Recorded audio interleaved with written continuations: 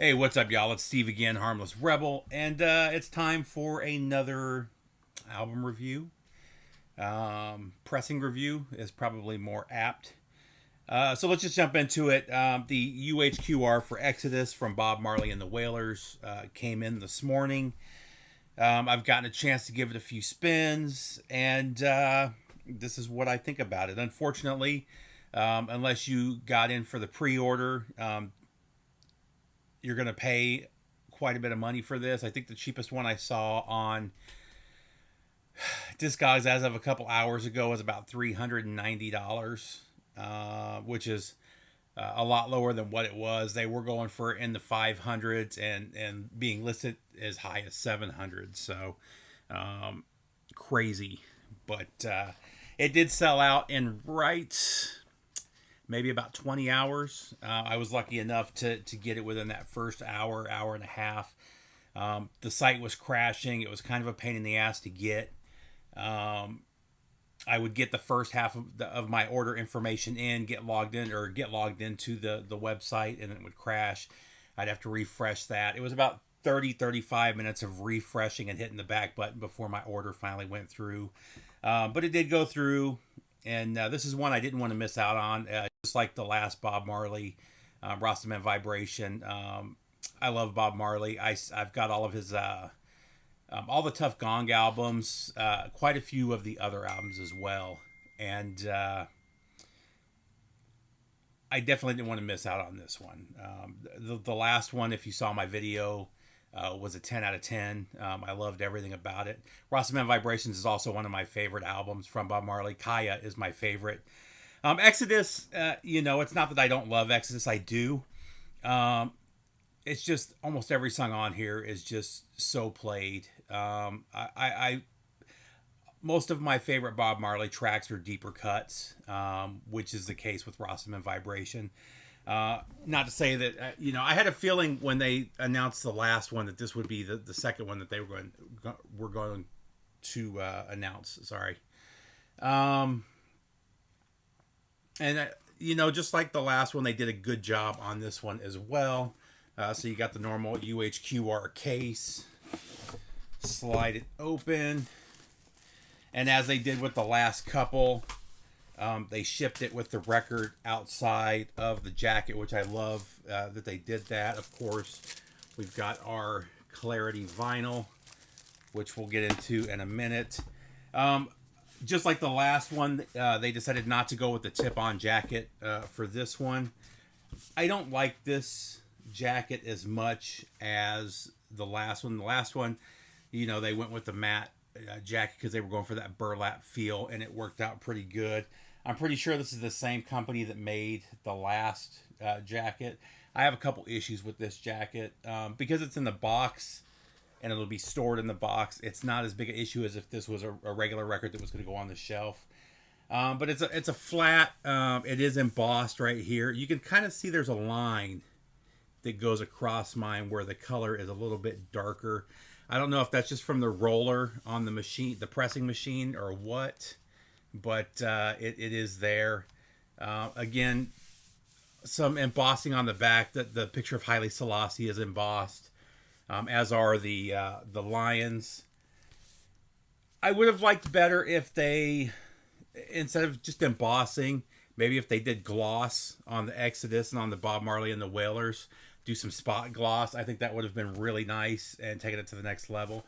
The issue I have with these kind of jackets is this is a single LP. But they put these huge gap between the two folds, the two sides of the gate fold. And this is something I hate that pressing plants do, especially if it's a single LP. I get with the double LP, a lot of people don't like to store their records inside the actual jacket. So having this bigger gap is nice because you can put both records in the middle there.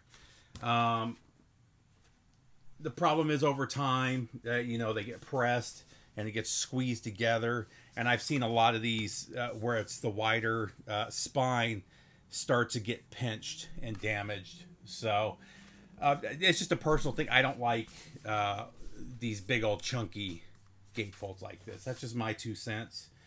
You got the Exodus lyrics on the inside, and then all the band info. Of course, I mean, this thing is full of hits. Natural Mystic was a hit for him. Exodus was a hit for him. Waiting in Vain, Jammin', Three Little Birds, and One Love. So basically half of this album were huge hits for him. The downside of that is, again, these are all songs that you hear. I mean, most of these are the songs that you hear on the radio all the time and have for the last 40 years. But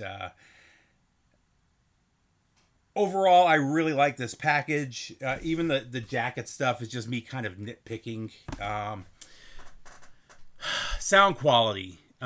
Man, this one is not as bad as the Miles Davis's or the Jethro Tull, but it's not as good as the last Marley. The last Marley was dead quiet. They actually lived up to the name Clarity Vinyl for the first time. Of all the, I've got, how many do I have? I have 5. 1, 2, 3, 4, 5. I have 5 of the UHQRs. And this is the second quietest, but it's not dead quiet, which I think is an issue. It kills me that Analog Productions can do this Prestige series, and every one of these Prestige series pressings are dead quiet. There's not a single noise on, and I've got probably 15 or 16 of these, and they're all dead quiet. But their Clarity Vinyl, which is supposed to be their quietest vinyl, it's their top of the line product. 4 out of 5 that I have light pops and ticks on them. It's not super loud. It's pretty low, and I was listening for them. Maybe if I wasn't listening for them, they wouldn't have stood out as much. But when you're paying what was this, 125, I think, paying $125 for what's supposed to be the best vinyl out there, their Clarity Vinyl, their top end stuff, it's a problem that it's consistently got noise. The mastering is fantastic. The mastering is a 9 out of 10. The only issue I had, and it may be a pressing issue, not a mastering issue, but on the song Exodus, especially when Bob Marley and the I3s were singing in the background together, there was a little bit of sibilance in a few spots. That's the only other issue that I had with it. Other than that, I mean, it still sounds amazing. Like I said, even with those light pops, if I was just enjoying the music and not paying attention for it, it wouldn't have stood out as much, but it's still there. Which again, for the Clarity Vinyl and for what this is supposed to be, is still an issue. The other companies that are putting out this level of music, their releases are dead quiet, and Analog Production should be the same way. Again, still, as a whole, it's a 9 out of 10. It sounds amazing. I was going to do a comparison like I did with Rastaman Vibration, but I decided not to, just because it would be the same notes. When you compare it to the... why am I drawing a blank? The half-speed masters that were done in 2018 and 2019. Not Electric Ladyland. Oh man, Abbey Road. Sorry, the ones that were done at Abbey Road. The mids were the mid bass was a little bit off, and it was a little bassy as a whole.